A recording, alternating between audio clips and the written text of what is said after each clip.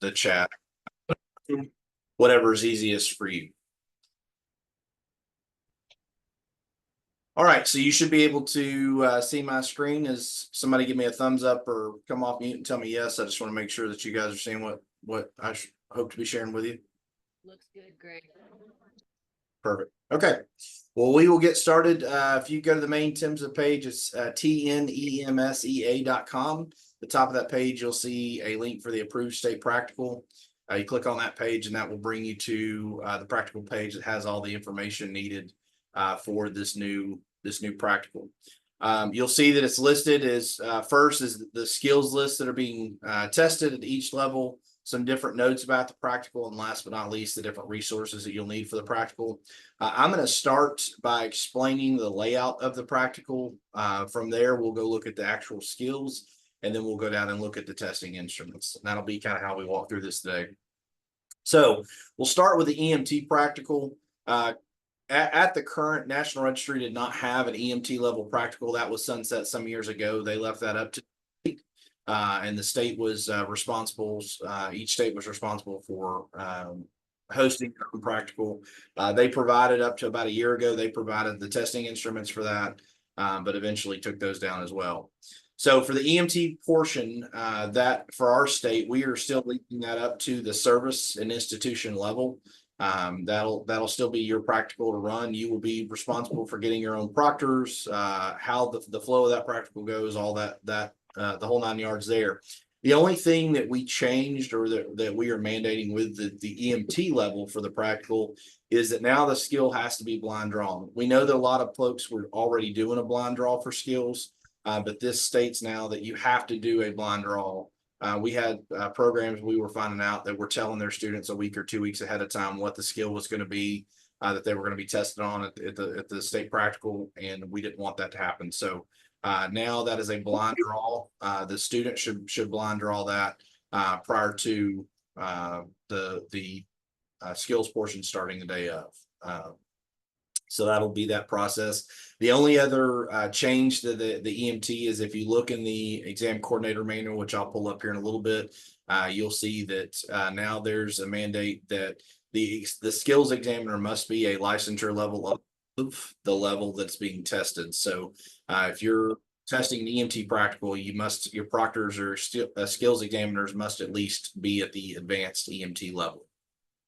Everything else, again, how you conduct your practical, how many rooms you have, how many proctors you have, all that, retest policies, all of those things reside and remain at the service level, the institution level. So the only thing that changed for EMT again was mandating that it be a blind draw. We changed the skills examiner policy to mandate that it has to be a level above, level licensure above what's being tested. And then we listed 10 skills, and we'll go over those here in just a second. For AEMT and paramedic, both AEMT and paramedic will be put through a single integrated out of hospital station. That station will look much like the paramedic integrated out of hospital, where they will have a professional partner. They will be dispatched and asked to go from dispatch to handoff of a patient. That skills practical, like I said, those candidates will go through one of those. In that practical station, as they're going through, just like with paramedic, they can hand off any skill they want to their professional paramedic or AEMT partner. Those partners are trained at their level and can accept and carry out any orders given to them by the candidate. There's going to be 2 proctors now in each of these stations to proctor these. That's a matter of just trying to make sure the student gets credit for what skills they performed. It also allows for proctors to talk to one another and have a little extra not camaraderie is the word, but an extra set of opinion on how skills should be performed. You'll notice when we get to the skills sheets here in a little bit, there's not a step-by-step approach for a lot of these skills. We wanted to leave this up to you all as the expert educators out there to teach your students how to do these skills. We know things are done slightly different across the state. So we wanted to not have this step-by-step rigor approach to the skill sheet. So you'll see that here momentarily.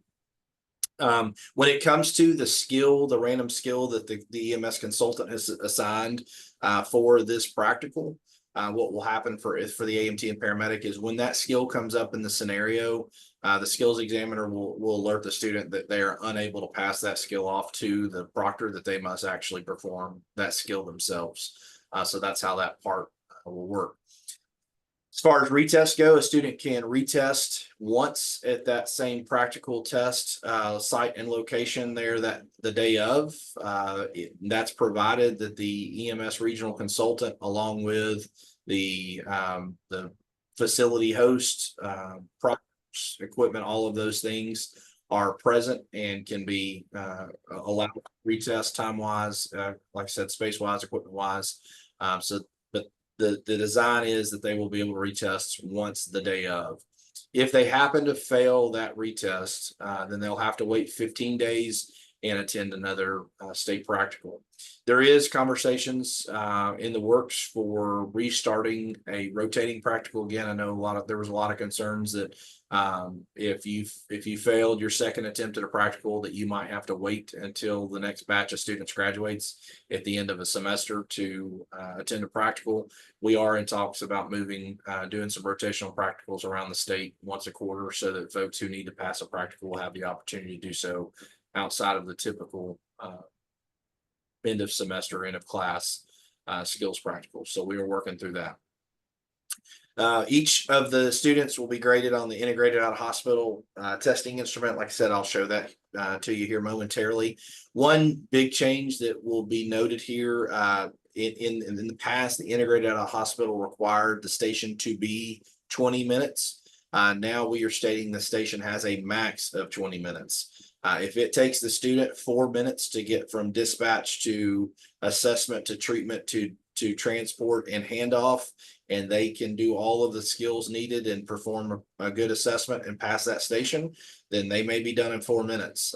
We're not setting a minimum, but we are now saying instead of it being exactly a 20-minute integrated out of hospital, it will be a max 20-minute integrated out of hospital type scenario. So there is no minimum for that. So again, both AEMT and paramedic will have a professional partner that they can pass skills off to as they're going through this scenario. When it's time to do the randomly assigned skill for that practical, then they will be notified by the skill examiner that they must be the one to perform each skill.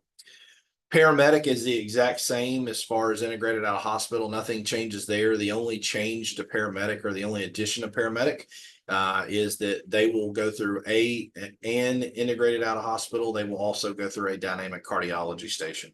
That will look just like the dynamic cardiology station that was in play by National Registry prior to the sunset of the practical. So paramedic again does the integrated out of hospital. In addition, they do the dynamic cardiology station. So that is the kind of the practical layout, how it will look. Going up to the skills, you'll see the different skills. There should be 10 skills at each level. So for EMT, you see I'm not going to insult your intelligence by reading these skills to you. You should be able to see those on your screen and visit the site whenever you need to review. For EMT, you've got that list there. Again, this practical remains at your institution or at your service, so it will be up to you if you want to create a separate testing instrument for each of these skills. That's totally up to you. I'm going to show you the testing instrument that needs to be turned into the state, the one and only testing instrument that gets turned into the state for each of these exams here momentarily. So that's the list of skills for EMT, AMT, and paramedic. Remember, that's the integrated out of hospital. Those are the skills listed that when they get to those in the scenario, that's where the skills examiner is going to say, hey, you can't pass off the IO initiation to this patient. You're going to have to actually perform the IO yourself. And that's when they would stop and perform that skill. You will see that there's some overlap from some of the different levels. So for example, medication administration is an overlap. The intent will be with the scenarios that are being created is that the medications will be level based. And so for example, a paramedic probably is not going to be if the random skills medication administration, they probably are not going to be administering oral glucose. That would probably be something more to a benzo or something of that effect. That's more of a new medication learned in the paramedic level of education. So if you see overlap there, some of those things are intentional. Some of those things we have to remember that the board has recently approved an EMT to paramedic pathway. Once that rule actually goes into effect, there's a chance that a student may not be taking the AEMT practical. And so some of those things we felt like needed to be tested at the paramedic level. So again, you may see some changes or some similarities in some of these, the number of skills or the type of skills being done between the levels. But there is purpose in that. So again, paramedic, every paramedic student will do a dynamic cardiology station, and every paramedic student will, in addition, do an integrated out of hospital that will have one of these skills. They will not be testing on all 10 skills in that single scenario. Again, it's one station. They'll run through one integrated out of hospital station, and one of these skills will be the skill of the day, if you will, that student will perform when they're in that skill station. Let me hit practical testing instruments, and then I'll stop for a moment and open up the floor for questions before we move on. So for testing instruments, as a reminder for EMT at the EMT level, that is the blind draw, one of those 10 skills. The only testing instrument that will be used and turned into the state will be the medical or trauma assessment. Which one should you choose will be dependent on what the blind drawn skill is. If a student draws a trauma-based skill, then they need to obviously use a trauma assessment with a trauma scenario. If they draw a medical assessment or a medical-based skill, then they need to be, the examiner would need to be given a medical assessment form to fill out for that student. So only one of these two forms will be filled out. If you click on these forms, you'll download these. You'll notice that these look eerily similar to what the National Registry form looked like. It should just be pretty much a new logo at the top. So it's the same medical and trauma assessment for EMT that everybody's grown to love and appreciate. So those forms are there. This is the only form that you will turn into the state in the student's folder. When you scan their folder to the state for licensure, this is the only skills practical form that needs to be in that folder. No other form needs to be in that folder for the skills practical. Now, that being said, if you choose to create your own, for example, if you choose to create your own long spine board skill sheet, that is a service level form. That's a service level skills form that needs to stay with you. That does not need to go to the state. That's up to you. I'll say one more time, we did not create skills forms for any of these skills. Again, because we don't want to pigeonhole folks into a step-by-step, you got to do it this way approach. We expect you guys as expert educators to be able to educate your students and choose what's regionally accepted in your area, what's being taught in your area. And we know that there's some slight variations. So we wanted to allow that. So there is no more a cardiac arrest management skill sheet, if you will. So that's what that will look like. That is the practical testing instrument then for the EMT level. Again, medical and trauma assessment. Those two are only EMT level. For AEMT and paramedic, they will be tested using the integrated out of hospital scenario. This is again, eerily similar form to what was used by the National Registry at the paramedic level for integrated out of hospital. The candidates, instead of being graded on an individual skill, they're graded on their ability to go through leadership and scene management, patient assessment, the management of a patient, interpersonal relations, and then the integration as far as field impression and transport decisions go. They'll be scored on that. Now, when it comes to them performing the actual skill, again, that's going to probably fall under that patient management. When the skills examiner is going to grade that, they will grade the performance of the skill under that patient management. If for some reason a candidate did not complete a mandatory action, which we'll look at some of those here momentarily, then that grade would be reflected there. It doesn't mean that they may not overall completely fail the integrated out of hospital scenario. But they would certainly fail this section, and if that may cause point wise for them to fail the integrated out hospital. One point I'll make about this is this was not, again, when we were looking at changing this and what we were changing to, this was not about an individual skill necessarily, as it was more to align this to what some of our other professions do. So for example, an MD, when they go before a medical review board, we wanted to try to mimic this more to that, where it's not just about a single skill. but more about the overall comprehensive assessment, treatment, and transport of the patient. And that's what we wanted to encompass with this integrated out hospital. So it's more about the entire thing than it is about just one little teeny tiny skill the student may perform in that scenario. So again, AEMT and paramedic, they will go through a single integrated out of hospital scenario. This will be the skills instrument that they'll be graded against. Paramedic will additionally go through the dynamic cardiology skill station. Again, this will look exactly like what National Registry had for their dynamic cardiology. So this will be the skill sheet that they are graded against. Those of you who have gone through that or participated in those, you'll remember that typically those open in some sort of Brady or tachyarrhythmia. They then transition to two different types of cardiac arrest algorithms or rhythms, I should say, and then land at ROSC. And that's about what you can bank on for those scenarios. So this is the form that will be leveled out for dynamic cardiology and what will be turned in.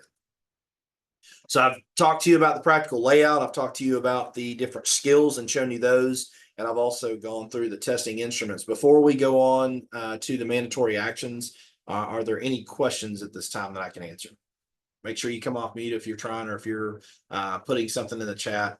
I'll be watching the chat as well. So I'll give you just a few seconds to get those questions in.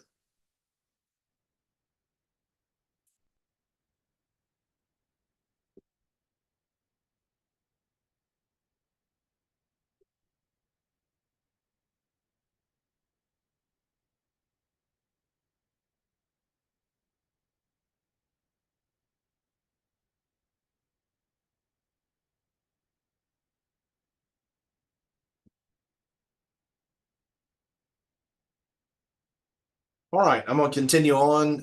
If you are thinking of a question or come up with a question, please put it in the chat, and I'll address it the next time that we take questions. So moving on to the mandatory actions, each of the skills has mandatory actions that must be completed to pass the skill. This is the same as what you saw from National Registry. They reference these as well, but didn't ever really provide what the necessarily mandatory actions are. This would be similar to what would be a critical failure. So if this wasn't done, this would be seen as a critical failure for that skill.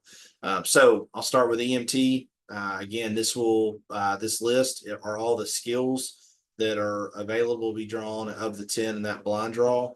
And then for each, it lists what are the mandatory actions. So for example, long spine board, a student has to check PMS prior to and post all directed movements.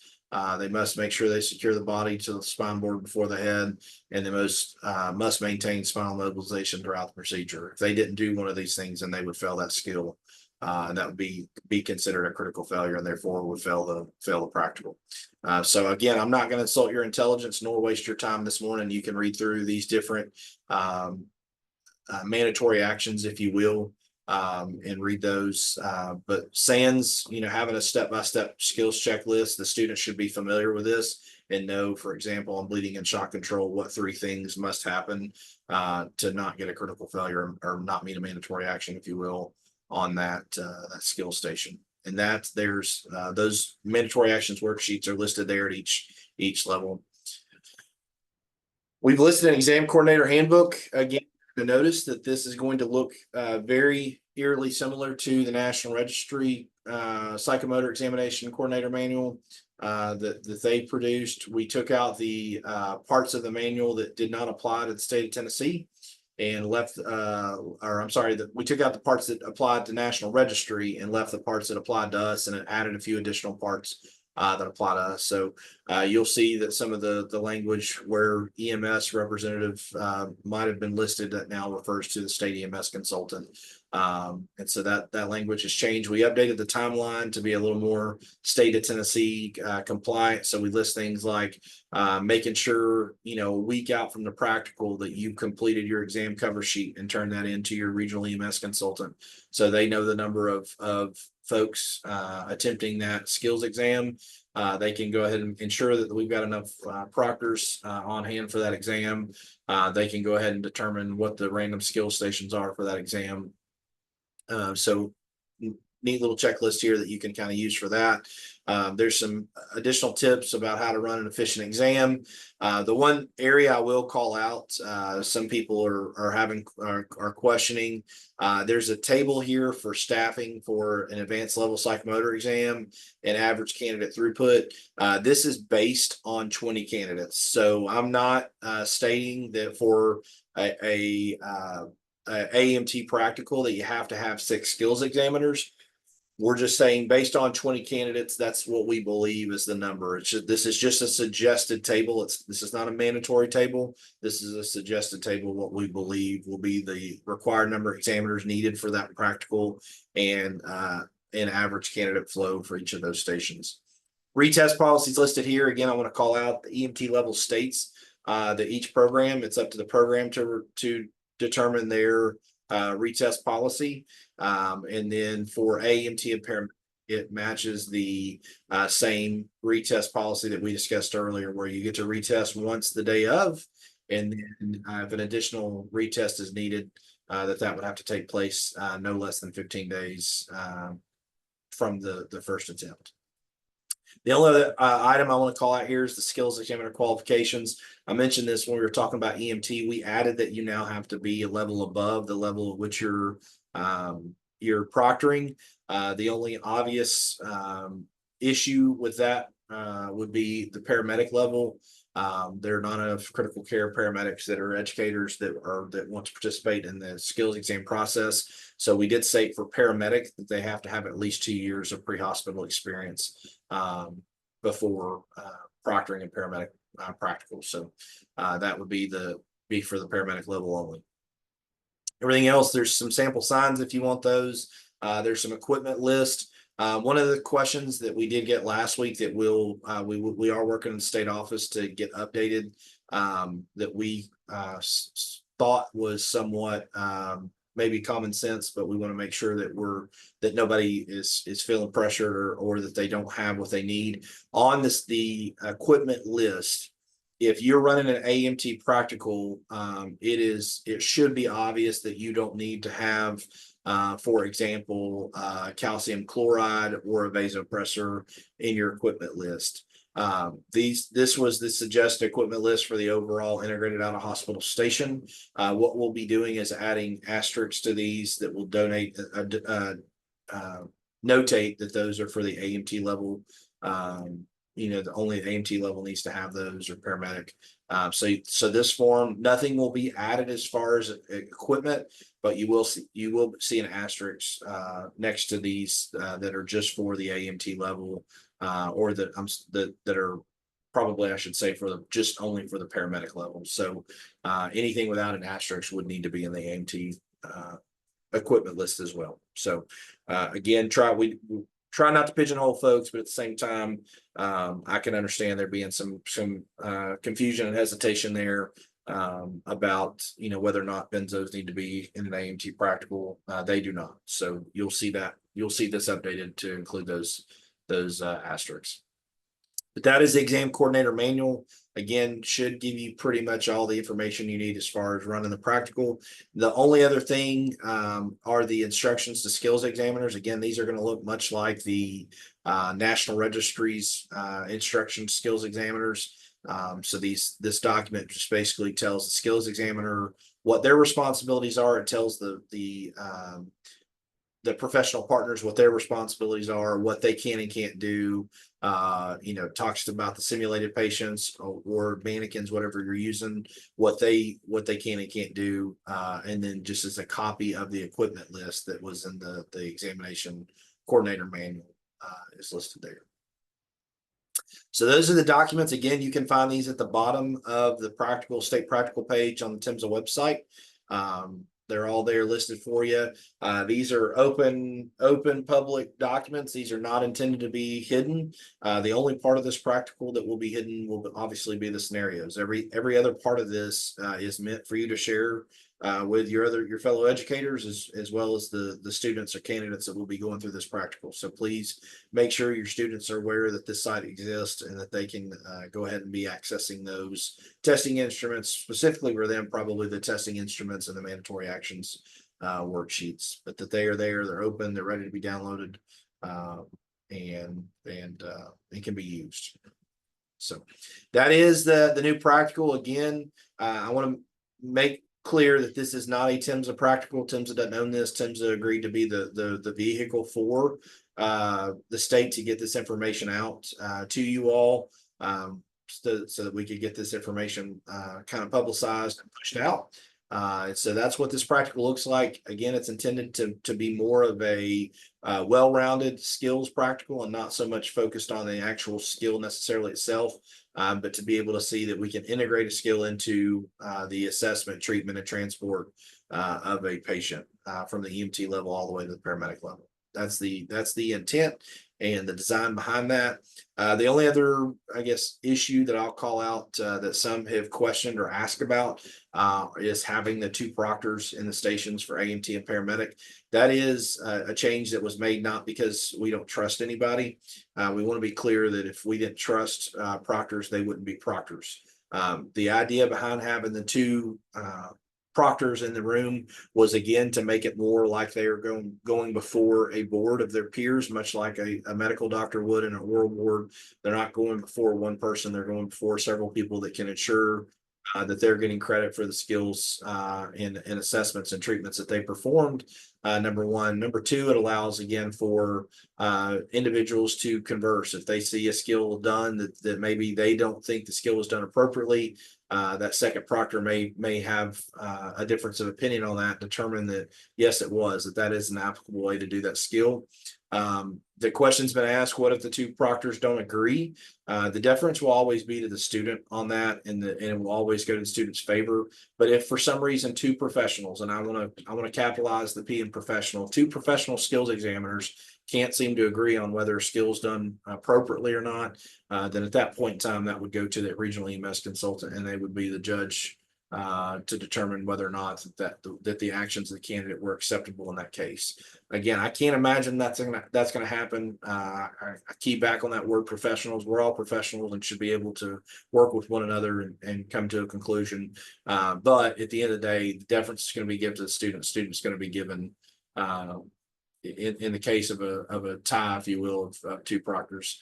That's going to go before the regional EMS consultant, and they will err on the side of the student on that. So any questions now? We walked through all this.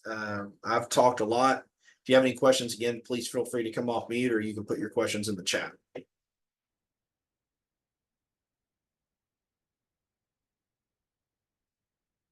Question is, do you know if individuals who apply for reciprocity in the state of Tennessee will go through these practical? The answer to that is no. Right now, the reciprocity rules don't state that required for reciprocity, so they will not be required to go through a practical. So if a student was to leave the state and go to an out-of-state institution or come in from an out-of-state institution and did not have a practical, that would will not be added to the reciprocity process. Great question.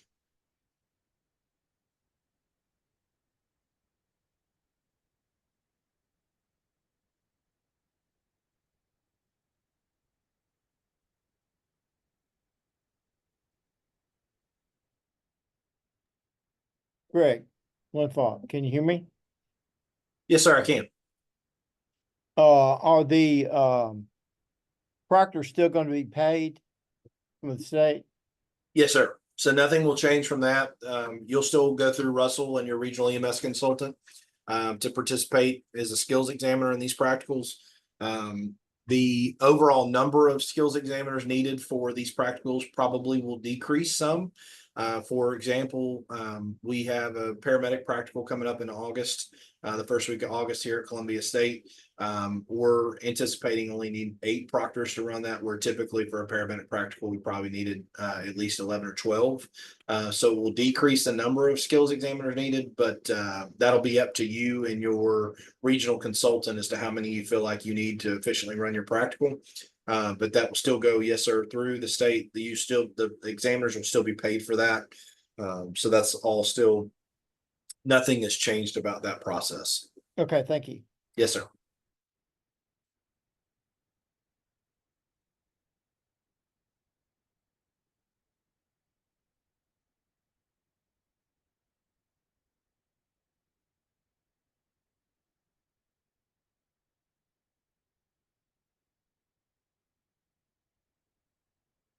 Any additional questions?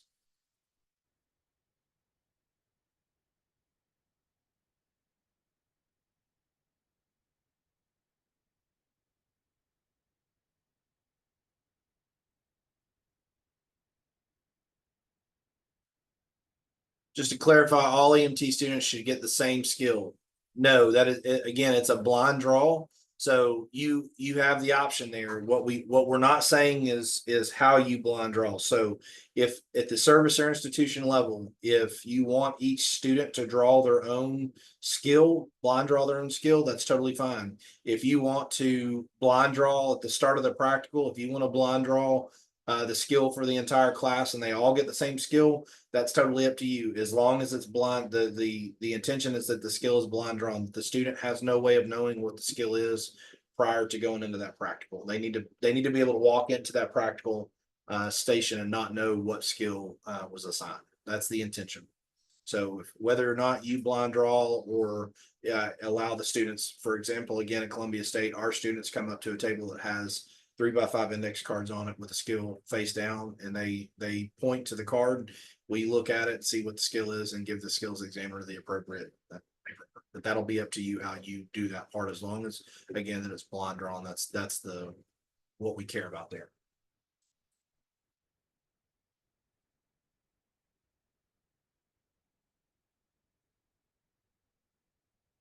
The skill has already been drawn, will it be able to be redrawn, or will that skill be taken off the table? That is completely up in at the EMT and paramedic level. That will be completely left up to your service or your institution to determine. I can only again speak, and I don't want to use Columbia State always as an example, but that's where I teach and that's all I can do. But we'll put the card right back down. Every now and then we may shuffle them around. So it's totally up to you if you want to leave the skill on the table, or you can remove it however you decide to do so. Is up to you. If you have more than 10 students, obviously some skill is going to have to be reperformed or redone by a student.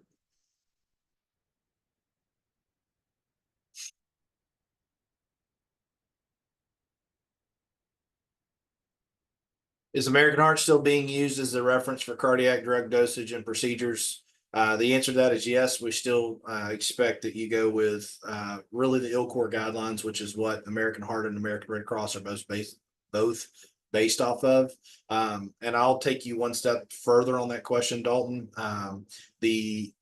All of the medications, if medication administration is the chosen skill at the AEMT and paramedic level, or even the EMT level, the expectation there is that, again, the student know the proper dose of medication. And you say, well, how do we know what the state expects is the proper dose? Again, we're leaving that up to you and the service and your skills examiners. The idea being that you all come, we're not going to see a West Tennessee proctor going to an East Tennessee practical. That just doesn't typically happen. So the idea being that East Tennessee probably all has a relatively similar ketamine dose, if you will. And I'll use this for a paramedic example. They all have a relatively similar ketamine dose for IV ketamine or IM ketamine for analgesia. As long as the student's somewhere in the ballpark, then again, the deference goes to the student on that. We didn't want to state that a student has to give 0.1 megs per keg of IV ketamine for analgesia, because that may not be what the consensus is in West Tennessee. And so as far as drug dosaging guidelines go, the student would need to provide a dosage that is in what we would call a commonly accepted range.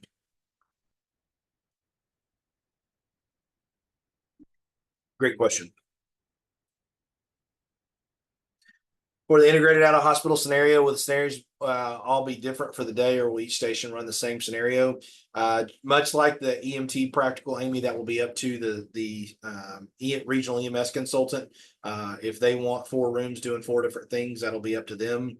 And they can randomly assign the students to those rooms, or they can run 4 rooms, all run in the same station. We're not mandating that either. So that will be up to you and how you run your practical with your regional EMS consultant.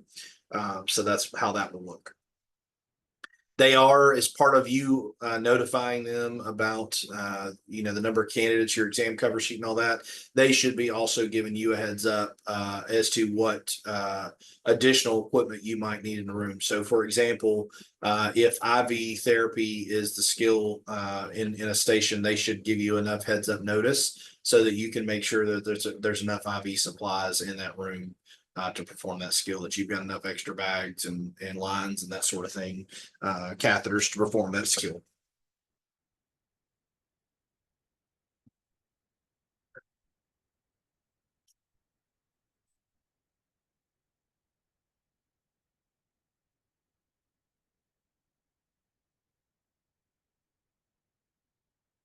Any additional questions?